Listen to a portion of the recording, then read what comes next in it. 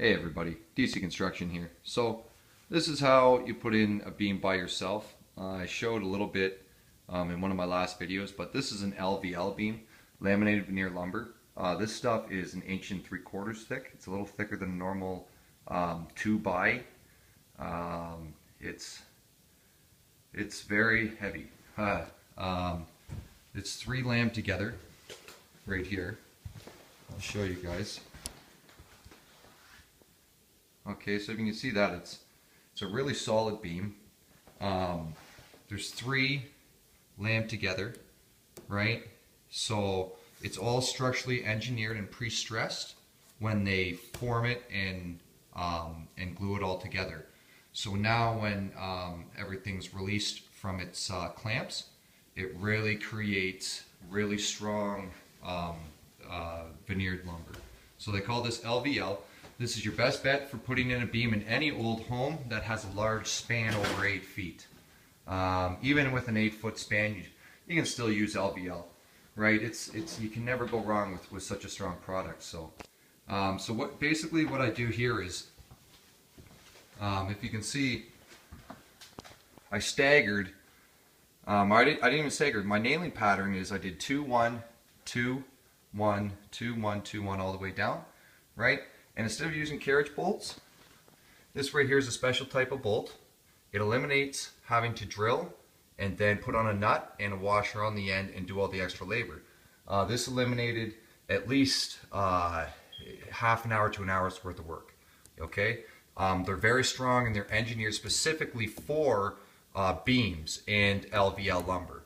There's another product called Truss Lock, and they have the same type of product, which is specifically engineered for this type of beam, or specifically for beams and for LVL beams. So, so here we go. What I do first is I like to put a block, again, in like my last video, I'll put a block right here, okay? Probably an inch lower than this height. The thickness of this is 9.5 inches, so I put my block down about 10.5 inches. Just gives you enough space to put this up on there without yourself. Now, we can fix that later, okay?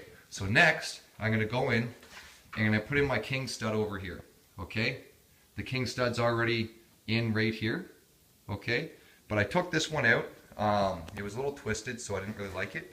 But it also allowed me to get this beam in a lot easier. So now I can put the king back in, and we're gonna raise this end up. I'm gonna put a block on the king. And once we do that, I'm going to jack up the middle of this. I got a couple little jack posts, just temporarily, so I can get in my my specific height. So I can put in some posts right here, just to hold it up temporarily, right? Well, then you take out your block and you put in your other one. So I'll show you one of my next videos on what it looks like. And you can see the final product. So again, DC Construction here with you, showing you how to do a large span. This is spanning about 13-14 feet. So this shows you how to do large span in an old home after taking out a structural wall and replacing it with a beam. So thanks again, and we'll talk to you soon.